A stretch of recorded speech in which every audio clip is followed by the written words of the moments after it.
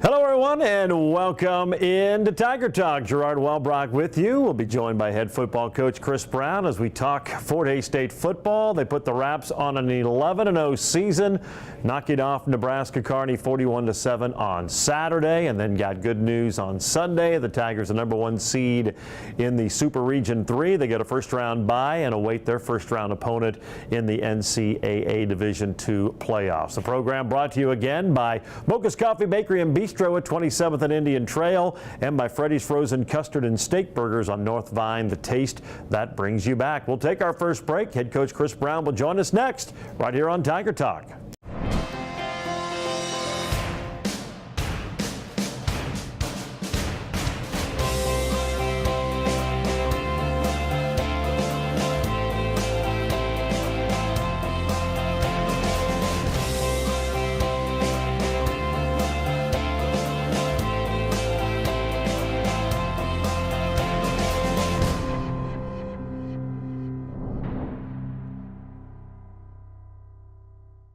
Welcome back to Tiger Talk. Gerard Wellbrock, joined by head coach Chris Brown. The program brought to you by Mocha's Coffee Bakery and Bistro at 27th and Indian Trail, and Freddy's Frozen Custard and Steak Burgers, where you can experience their delicious cook-to-order food, rich and creamy frozen custard churned fresh throughout the day. It's all at Freddy's Frozen Custard and Steak Burgers, located on North Vine in Hays. Freddy's, the taste that brings you back. The Tigers putting the Raps on an 11-0 regular season, knocking off Nebraska Kearney 41-7 on Saturday. Coach, congratulations. We talked about it last week. 11-0 sounds a lot better than 10-1, and your team got a very solid workmanlike effort to get that win. Yeah, they did. You know, I was worried all week. You know, just thought the kids might take a breath and let one slip by them, but you know, they came out focused. Scored very first drive on offense, and we got a few, field goals after that. Our defense did a great job of keeping points off the board. Tanner Hookman scoring as well, and I'm just proud of our kids and our coaching staff and everything they've done so far up to this point in the season. And it's hard to go 11-0 in this conference, and our kids stayed to the grind week in and week out and took one step at a time, and they did it. They got to the 11-0 mark, won the conference championship, and they won it outright, and they did it without any blemishes. And then good news on Sunday, the selection show. And the NCAA tweeted it out earlier before the show that they have released the #1 seed. So you kind of knew going in before the selection show your seed, and that had to take a little pressure off, I guess, maybe a little relief, because it comes down to those committees you never quite know. Yeah, you don't, and you're sitting there at that time wondering who's going to be 1, who's going to be 2, and you're never quite sure what's going to happen. So if we are the #1 seed, we get a day to relax and take it easy.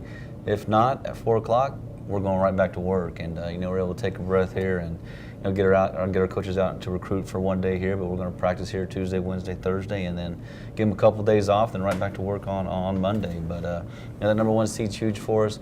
Gives us a chance to get some guys healed up, kind of relax a little bit. And it's exciting for our kids, and it's exciting for this program, and it's exciting for Fort Hays State University. Yeah, I was going to ask you a little bit how you're going to handle this now, because you had the first round bye. You don't know your opponent yet. It's one of two teams, Ferris State or Ouachita Baptist. How do you go about this week and then staying sharp and then getting ready for the game in a couple of weeks? No, I think we're just going to take it like we did the bowl week. We're going to get our old guys some reps. We're going to do some 7-on-7 against each other, do some team against each other as well with our 1s and 2s, and then do a lot of individual work and do some special team circuit things as well. But this is a chance for us to see our young kids again and kind of see how they developed, from fall camp until now. They've been going against the 1s and 2s all year long. Have they gotten any better? Have they learned what they're supposed to be doing offensively and defensively? And it's time for us to sit back, see what these young guys got, and get them a lot of reps and get them ready for next year. When you look at this season, how much do you attribute to playing in 2 consecutive bowl games to helping you get to where you are, mainly for those young kids, kind of what you talked about, the extra practice time for them, and maybe showing some dividends for those kids who are now on the field playing on Saturdays? Yeah, it was huge, because you look back, we'd get, an extra 15 to 16 practices just, with our young kids and with our old kids, getting a little bit of reps in there as well. But just getting prepared for the upcoming season. I'm kind of getting that playoff mode as well, with playing in a playoff game. But even though it was a bowl game, not a playoff game, but being in that situation and understanding the stress and what it takes to win those ball games or even playing those ball games. And hopefully those two games have prepared us for the playoffs as well, and being ready for this first round. And that's what's big about it. Is those bowl games have really prepared the young guys, got them ready, and just kind of give them a taste of what it's like to play in the playoffs. Well, the Tigers get the #1 seed. They'll await either Ferris State or Ouachita Baptist, who plays on Saturday. And we'll take a little bit of a look at that toward the end of the program. Right now, we're going to take a break. We're going to go back and recap the nice win over Nebraska Kearney this past Saturday to close out the regular season. And we'll do that right after the break here on Tiger Talk. That was another legend on 99 KZ Country. And yes, before that, we had a brand new artist. Your home for today's stars and the legends. We play real country. I'm Teresa Trapp. Weather, news, sports, it's all here. We're on Facebook, and there is a listen live link at hayespost.com. Dial us in on your radio at 99.5 FM. KHAZ, real country. 99 KZ Country. Back on Tiger Talk, brought to you by Mocha's Coffee Bakery and Bistro at 27th and Indian Trail. You can start your day off right. All the great coffee.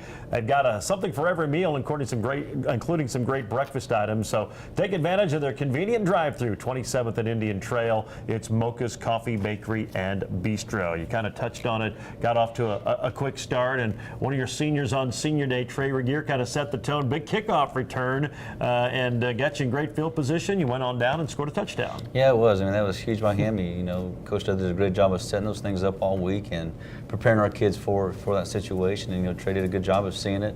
He bounced it to the left side and found some seams, and our guys solidified their blocks as well to give him the opportunity to make that run. But that puts us in great field position, gives us a short field to go score, and it's a good thing. Our offense went down and scored in that possession besides kicking a field goal. Anytime you get a short field, you got to get touchdowns and not field goals. I know you're maybe a little disappointed because you got the early lead. Jose Delgado gets a fumble recovery. You have to punt, and then had a couple of good drives, but had to settle for field goals instead of getting into the end zone. Yeah, those are things we really got to work on. I mean, especially on Jose's, fumble recovery. We got to find a way to get some type of points on the board and not go 3 and out and punt the ball, right back to him. And we get in the red zone, we got to score touchdowns, and it's just a few things here and there, a missed throw, a missed block, a penalty, whatever it might be, but we got to clean those things up, and we got to start getting touchdowns instead of, field goals in those situations. You mentioned penalties, got to be happy. Only one. It was a hole that kind of thwarted one of those drives, but that was the only penalty you had on the day. Yeah, it was good. We really stressed how penalties can really kill a drive or kill anything, and especially if you get one on defense, now you give them a first down, but offensively, it's not fun going 1st and 20 or 1st and 25, whatever it might be, because those are hard to get, and especially if you get one on 2nd or 3rd down. But penalties at the wrong time can really cost you. And I think our kids have done a good job of the last few games of really keeping the penalties to a low, and we need to continue doing that as we go through this playoff. Yeah, that penalty did overcome it. You got a big conversion and ended up settling for that field goal. You got another fumble recovery. Sheldon Schmidt fell on one that was knocked free, and you were able to drive down on that possession as well. But turnovers, we talked about, I think, mid-season, the numbers weren't where they had been in years past. So now the last 4 or 5 games, that number is getting pretty close to where you've been the last couple of seasons. Any particular reason why all of a sudden you become more turnover prone on defense? I think just guys, understand their job a little bit more, getting better drops, getting more pressure on the quarterback. And you do things like that, it stresses a quarterback because there's nowhere to really throw. Sometimes I just get rid of it and throw it up. And I thought we did a good job of getting our hands on receivers, but the main thing is just getting that pressure on that quarterback, making him feel uncomfortable. And then, when we were tackling, we were gang tackling, and guys were stripping the ball as well to cause some fumbles. So it just as the year progresses, the guys get better at it. Those first couple of games, we're always just trying to make the tackle and make things happen. And then as the year progresses, they calm down a little bit, and they understand what we're trying to do and what we're trying to accomplish. And I think that's why you've seen us get so many turnovers these last few weeks. Well, that one fumble recovery set up a touchdown, a Harley Hazlitt score on a shovel pass. Hadn't seen that play for a few weeks, brought it back near the goal line, and Harley got into the end zone. Yeah, it was, and it's something we hadn't done in a while. And, a lot of teams, they'll go back and look at those things and, they'll see it and maybe work on it once, and that's something that we saw within that we figured we could attack them with. And it's just, trying to get that defensive end out there with the fake toss, and of course he did bite up, but they brought 2 guys off the edge, which almost took that play away, but ended up working for us, and Harley did get into the end zone. Jacob did a pretty good job of distributing the football. Harley had 8 catches.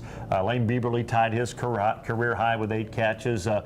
Birchfield didn't get as many, and you're seeing teams really put the coverage on him to eliminate him. That's opened it up for some other guys, and they've stepped forward. Yeah, and they need to, because teams are going to start, doubling. Bama, they're, in every coach. You saw them have a corner down and have a safety roll over the top just so he can't make the big play and beat him on it. So, we got to rely on, our tight ends and other receivers to go make plays for us. And, they did that in this game, and they made a lot of huge plays for us and got a lot of first downs for us as well, and a few touchdown passes. But, when one guy's being taken away, we got to have other guys step up and make plays. And maybe the play of the game right before the end of the half, they throw the pick 6 to Hookman, and that was quite a way to keep that momentum going. You're up 20-0. Obviously, you felt good, but that now 27-0, you felt really good going to the locker room, I'm sure. Yeah, especially with them coming out and getting the ball, right after the half. We needed to make something happen in that situation, and Tanner read it very well. It was in a good spot, picked it, and that might have been the fastest I've ever seen Tanner run,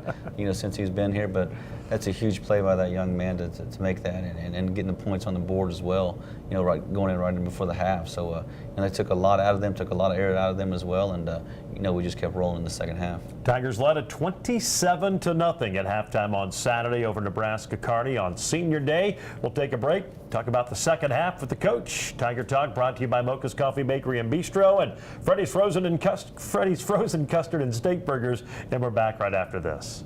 As you plan for your business in 2018, advertising should be an important part of your growth strategy. Digital marketing puts your business in front of the right customers online. Advertising with the Hays Post ensures your message will be viewed 1.5 million times a month, including 375,000 unique views a week. Are you ready to grow your business? Advertise with us today. It's affordable and it works. Call us today at 785-628-0467. Eagle Communications, our community connected. Welcome back to Tiger Talk. Gerard Wellbrock, head coach Chris Brown. It's brought to you by Mocha's Coffee Bakery and Bistro, 27th and Indian Trail, and Freddy's Frozen Custard and Steak Burgers, where you can get their delicious cook-to-order double steak burger and crispy shoestring fries, all seasoned with Freddy's famous seasoning. You finish it off with their signature turtle sundae, made with their fresh, creamy frozen custard. They're located on North Vine and Hayes. Freddy's Frozen Custard and Steak Burgers, the taste that brings you back. Lopers got the ball to start the third quarter. Tigers are up 27-0 and gave up one play, a 21-yard pass play, and there was only a few plays that the defense gave up. They were really good all day, got the stop, got the ball back to your offense. Good to see the defense. They've been pretty solid all year and had another good game on Saturday. Yeah, they had a very, very good game. You look back at it, they had like 300 yards total offense, but you probably take 3 plays away. They're probably at the 200 mark, and there's things that we got to work on. Quarterback scrambling, we got to stay on our guys and not look back and make sure we're solidifying, our coverage. And we let a guy loose, and those things happen. But we just got to be more disciplined and not let the quarterback scramble so much. But when he does, we got to stay in our coverage and stay back and not let him have a big play. But I thought defensively all around for the day, had a pretty good day, and got a lot of turnovers. Got some pressure on that quarterback, and they really did a good job on stopping the run game. And you have to like the way your offense controlled the ball in the second half. You got them into a punting situation, and then you come back with a long 9-play, 70-yard drive. Lane Bieberly had a big catch. Kenneth Aheem had a long run to set up a touchdown. It's nice when you can score, but you can take a lot of time off the clock in doing so. Yeah, we need to do that, because our defense was on the field a lot, in the first half, and a lot of 3 and outs make those things happen, and we got to find a way offensively to sustain drives, get first downs, run some clock, and still be able to get points on the board, and just not rely on big plays all the time, because there's going to be games where you're not going to get the big play. So you got to be able to sustain the drives, keep your defense off the field, and let them get rested up. So when they are back on, you're going to get the ball back pretty quick. But I thought we did pretty well in the second half of of managing the clock and get some first downs. The Lopers do come back on the next possession and score. And again, it was set up. They had one pass, but I think they had a 51-yard pass play in the first half, and then you get a turnover off of that and keep them off on a 43-yard pass, which set up a touchdown run by their quarterback. So right there, you have about 70 or 80 yards on two different plays, but that one led to a touchdown. Yeah, it did, and that's just, the guy was scrambling around, and that's where we just got to be disciplined. You could see our defensive back was looking back, and the guy took off vertical, and we didn't see him, and got behind us, and did a good job of not letting him score, but making the tackle, but it eventually did lead to a touchdown, and big plays. They're going to hurt you, and you just got to eliminate them. Came back, though, good answer. 15 plays, 76 yards. I think he converted on 3 third downs and got Isaiah Blackman into the end zone, got him into the game, and he carried the bulk of the load on that drive. And nice for him to find the end zone this year. Yeah, it was. We've been trying to get him in the end zone all year long. He's a good hard runner. Doesn't have the speed that Iheem and Tigner have, but he's going to get first downs. He's going to get 4 or 5 yards of carry, and he's going to put his head down and try to get those extra yards and fight for those extra yards. But that was a huge drive for us. It took a lot of time off the clock as well, and it's part of the game where we need to do that to shrink the time of the game and get us on the winning side of it. Now you talk about shrinking the time of the game. That was a 15-play, 76-yard drive, 6 minutes, 35 seconds. Kearney gets the ball back. They get a couple of first downs. Then you force a punt. You get the ball back with 11:08 to go in the game. And that was the game. I don't know if I've seen a drive like that. 21 plays, 90 yards. You opt to take it on a knee and not scored there near the goal line, or it could have been very easily a 98-yard drive. 11 minutes and 8 seconds. That was a thing of beauty. Yeah, it was. Schenker came in, did an excellent job of managing the game, managing the clock, understanding the situation, and he did a great job out there. Coach Brown did a good job too of just making alert calls to make sure we're seeing things before they happened, and give them the call right before the clock runs down. And excellent job by our guys keeping the ball that long. Could have punched it in, but the right thing to do is we already have the game in hand and already won. But taking a knee there is that's important to do. That's the way you're supposed to play the game and the way it's supposed to be done. And proud of our kids for getting those first downs. I mean, there's a couple of fourth down conversions, I think, in that drive as well. And we did it. And Winger got his first catch too, which was awesome to see. But very proud of those guys stepping in. And that's a lot of our backup guys that were in that situation to go take that much time and drive that many yards down the field and win that ball game. Yeah, Elliot Carlson got in, had some really electric runs, and I'm sure it's a big game for him being a Nebraska native against Nebraska Kearney. Good to see. Hey, you never know. From here on out, when guys get called upon, you see it all the time. You get in the playoffs, and it's maybe an unlikely hero has to help you through it, so you never know when some of these guys get the call. Yeah, you don't. You never know when you're going to need those guys to step in and play for you. And you got Blackman and you got Carlson both, in that running back position, which, they both do a very, very good job. Maybe just don't have the speed the others have, but, they're going to get you first downs. They're going to protect your quarterback, and, they're going to make the plays that they need to make. And, I'm very proud of those two guys stepping in, on Saturday and doing the things that they did. Well, 41-7, Fort Hays State gets the victory over Nebraska Kearney. Now, as we said, they have an interesting week ahead. No game this Saturday. Await their opponent for their first playoff game, first at Lewis Field into the Division II era. And we'll talk all about that when we return for our final segment right here on Tiger Talk. Ready to discover something new? The next time you're in your car, tune your radio to 94.3 FM. It's here! It's Hayes' greatest hits. Love it. On 1400 KAYS and 94.3 FM.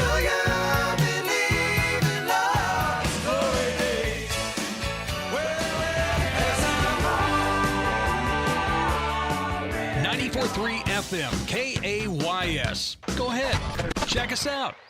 Welcome back. It's our final segment here on Tiger Talk. Gerard Welbrock, head coach Chris Brown. Program brought to you by Mocha's Coffee Bakery and Bistro at 27th and Indian Trail, and Freddy's Frozen Custard and Steak Burgers, where they have the delicious cook-to-order steak burgers, Chicago-style hot dogs, piping hot shoestring fries, and all family favorites. And, of course, you'll be greeted with great hospitality that's second to none, whether you're dining in, visiting a drive-thru. And, of course, they've got a lot of their seasonings you can purchase there as well. It's all at Freddy's Frozen Custard and Steak Burgers, North find in Hayes, the taste that brings you back. Before we talk about the week and potential opponents, I want to talk about the seniors a little bit. We did briefly last program, but their final regular season home game, you got to honor all 13 of them before the kickoff, and that was really neat. A lot of them had family in, and they've obviously been a special group, the winningest senior class in Fort Hays State football history.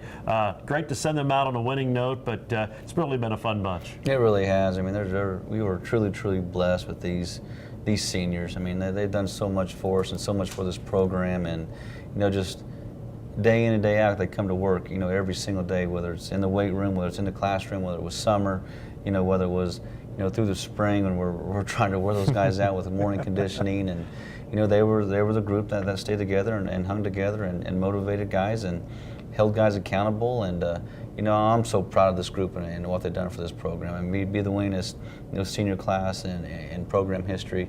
It just says a lot about those kids and who they are. Great character, great motivators, love school. I mean, this is a group that a couple of them have already graduated. Mm-hmm. And they're going to move on to do great things in their life. Well, and hopefully they're setting the tone for the future classes, because that junior class has a chance with another good year next year to outdo them as the winningest group in Fort Hays State history. And you're hopeful that those classes can carry that on to the next group and lay the foundation for the next group after them. That's how you have sustained winning programs. Yeah, you do. And our younger guys, juniors and then sophomores, they need to look at this class and see, how this class did things. I mean, they did everything the way it was supposed to be done, whether it was in the classroom, in practices. I mean, they came to work every day, whether it was in the film study or study halls or whatever it might be.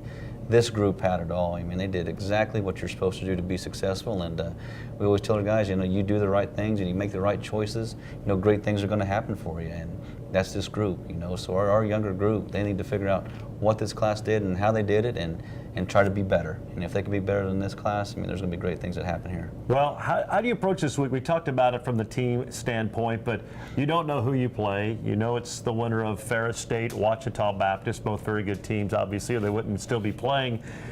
How do you go about preparing for this game, or do you wait until that game and go from there? What's your guys as coaching staff like? I mean, as a coach staff, we're already out, today, and we're recruiting, junior colleges, across Kansas and getting in there. But tomorrow we're going to come back and I'll stay here today and meet with our young guys and just kind of give them a schedule of what we're doing. But we'll practice Tuesday, Wednesday, Thursday. We'll still give reps to our older guys and team reps and Skelly reps, but we're really going to focus on the young kids and try to get them prepared for next year and the upcoming season, and just see if they're ready and see what our needs are going to be for the next recruiting class, and just getting ready. But I think right now we just got to worry about us and focus on us and really work on making ourselves better, as a team. And if we can do that, I think that'll help us out in the long run. Well, regardless, who you play is going to be good, or they wouldn't be this far along in the season. And we'll talk more about the opponent. We'll know them next time when we get together for the program and break down what should be a fun game, a home playoff game in Division II that's never happened for Fort Hays State, and hopefully one of many to come. I hope so. Thanks, Gerard. You bet, Coach. We appreciate it. It's Coach Chris Brown of the Fort Hays State Tigers. Again, no game this Saturday. Tigers with the bye week as the #1 seed. They will be at home on the 25th against either Ferris State or Ouachita Baptist. That will be a 1 o'clock kick at Lewis Field, so hope you can make your plans now to be there to cheer on the Tigers in their first home Division II playoff game. That's going to wrap up the program. Certainly hope you enjoyed it. It's brought to you again by the Hayes Med Orthopedic Institute, the Taco Shop, G&L Tire and Automotive, Golden Belt Bank of Hayes and Ellis, Adams Brown, Barron and Ball, BTI, and Horizon Appliance and Electronics. And of course, as always, brought to you by Mocha's Coffee Bakery and Bistro, 27th and Indian Trail, and by Freddy's Frozen Custard and Steak Burgers on North Vine, the taste that brings you back. For Coach Chris Brown, this is Gerard Walbrock. So long, everyone.